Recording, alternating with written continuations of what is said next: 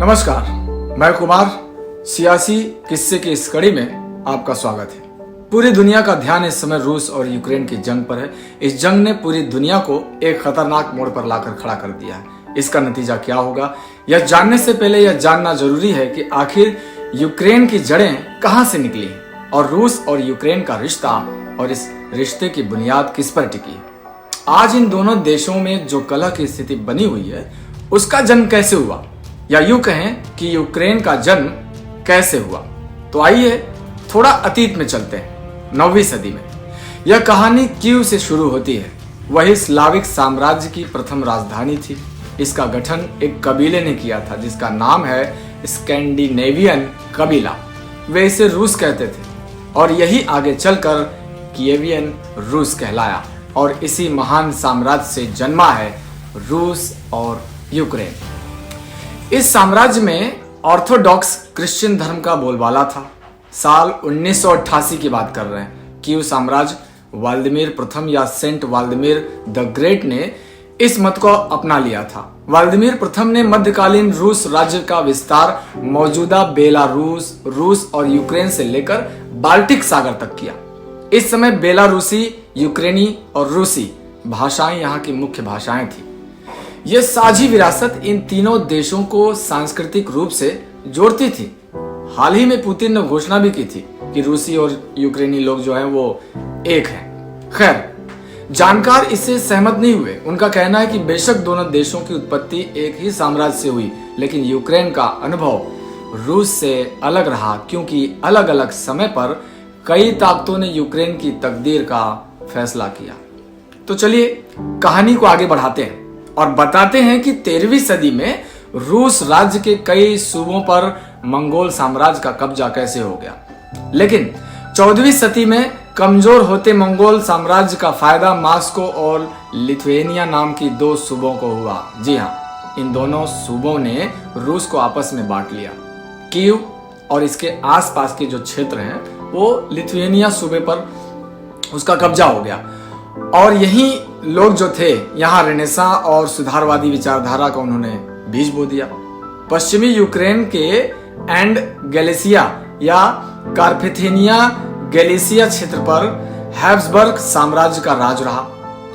उस इलाके में अब भी उस काल की सांस्कृतिक विरासत देखी जा सकती है। पश्चिमी यूक्रेन में कई लोग रशियन ऑर्थोडॉक्स चर्च के अनुयायी नहीं हैं। वे ईस्टर्न कैथोलिक चर्च को मानने वाले हैं। ये मत पोप को अपना आध्यात्मिक गुरु मानती है। उसी तरह से 17वीं शताब्दी में लिथुएनिया, पोलैंड के राष्ट्रमंडल और रूस के जार साम्राज्यों के बीच जो है वो एक युद्ध हुआ। नतीजा ये रहा कि डाइनापर नदी के जो पूर्व के सारे इलाके हैं वो रूस के नियंत्रण में चले गए। यूक्रेन के लोग इस क्षेत्र को अपना बायां किनारा मानते थे। मौजूदा यूक्रेन जहां है उसके मध्य और उत्तर पश्चिमी जो इलाका है 17वीं शताब्दी में एक राज्य था जिसे साल 1764 में रूस की साम्राज्ञी कैथरीन द ग्रेट ने विलय कर लिया। उन्होंने पोलैंड के अधिकार वाले यूक्रेन के इलाके पर भी अधिकार हासिल कर लिया। आने वाले सालों में एक नीतिगत आदेश के तहत यूक्रेन की भाषा के उपयोग और अध्ययन पर रोक लगा दी गई। आस्था को लेकर भी लोगों पर दबाव बनाया गया और इस तरह एक छोटी जातीय समूह की रचना कर दी गई और यही वजह बनी भविष्य के कला की। इसी बीच पश्चिम के कई देशों में राष्ट्रवाद की लहर चल रही थी।